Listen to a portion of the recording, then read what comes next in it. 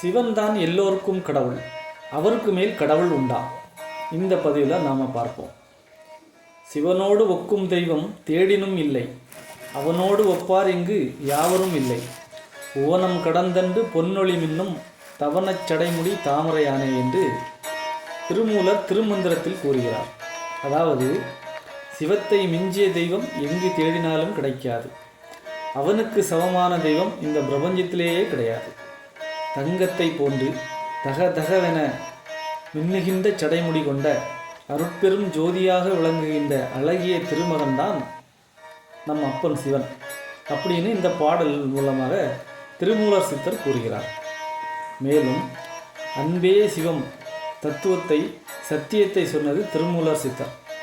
அவர் நினைத்திருந்தால் அன்பே கடவுள் அப்படின்னு சொல்லியிருக்கலாம். ஏன்னா கடவுள்னாலே அது சிவன்தான். சிவனுக்கு இன்னொரு பேர் தான் கடவுள், சிவனுக்கு இன்னொரு பேர் தான் இறைவன், ஆண்டவன். மேலும் திருவள்ளுவர் அகர முதல எழுத்தெல்லாம் ஆதிபகவன் முதற்றே உலகு. ஆதிபகவன் என்பது சிவபெருமான் தான். எப்படி எழுத்துக்களுக்கு அடிப்படையாக முதன்மையாக அகரம் சொல்லக்கூடிய ஆ என்ற எழுத்து இருக்கிறதோ, அந்த மாதிரி இந்த உலகத்திற்கு இந்த பிரபஞ்சத்திற்கு முதன்மையாகவும் மூலப்பொருளாகவும் அடிப்படையாகவும் இருப்பது கடவுள்தான், அது சிவன்தான் அப்படின்னு தன்னுடைய முதல் குறளிலேயே சொல்லியிருக்கிறார் திருவள்ளுவர்.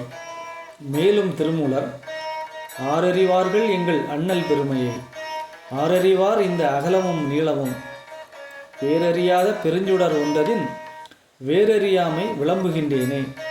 அதாவது, நம் அப்பன் சிவபெருமானின் முழு பெருமையையும் அறிந்தவர் யாரும் கிடையாது. அவனுக்கு நீளமும் அகலமும் கிடையாது. அண்ட சராசரங்களையும் அனைத்து பிரபஞ்சங்களையும் தனக்குள் அடக்கி முதலும் முடிவும் இல்லாமல் பறந்து விரிந்து நிரந்தரமானவராகவும் அளவற்றவராகவும் இருக்கிறார்.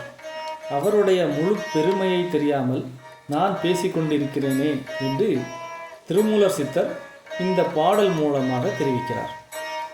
எனவே மக்களே, இதுதான் சிவம் என்று குறிப்பிட்டு சொல்ல முடியாது. சிவத்துக்கு வரையறை கிடையாது. அவருக்கு முதலும் முடிவும் கிடையாது. அதனால்தான் அவருக்கு நடுவன் என்ற பெயரும் உண்டு. அணுவும் அவர்தான், அண்டமும் அவர்தான், அனைத்தும் அவர்தான் நம் அப்பன் சிவன். அவனுக்கு 1000 பேருங்க, 1000 பேர்கள் கொண்டவன், ஆறுயிராய் நம் உடம்பில் நின்றவன். மக்களான நமக்கு ஞானத்தையும் தெளிவையும் கொடுத்து இந்த மாயையிலிருந்து காப்பாற்றி மோட்சம் விடுதலை அடைவதற்காக வந்தவர்கள்தான் மகான்கள், சித்தர்கள். அது வேற யாரும் இல்லைங்க, நம்ம சிவன் தான். ஏன்னா அருட்பெரும் ஜோதியாக விளங்குகிற இந்த சிவம் நேரடியாக இந்த பூமிக்கு வந்தால் இந்த பூமியும் இருக்காது, பிரபஞ்சமும் இருக்காது. அதனால தான் சிறு ஆன்மாவாக மகான்களாக இந்த பூமியில் இறங்கி வந்து பிறப்பெடுத்து நமக்கு கருணை காட்டி நமக்கு விடுதலை அளிக்கிறார்.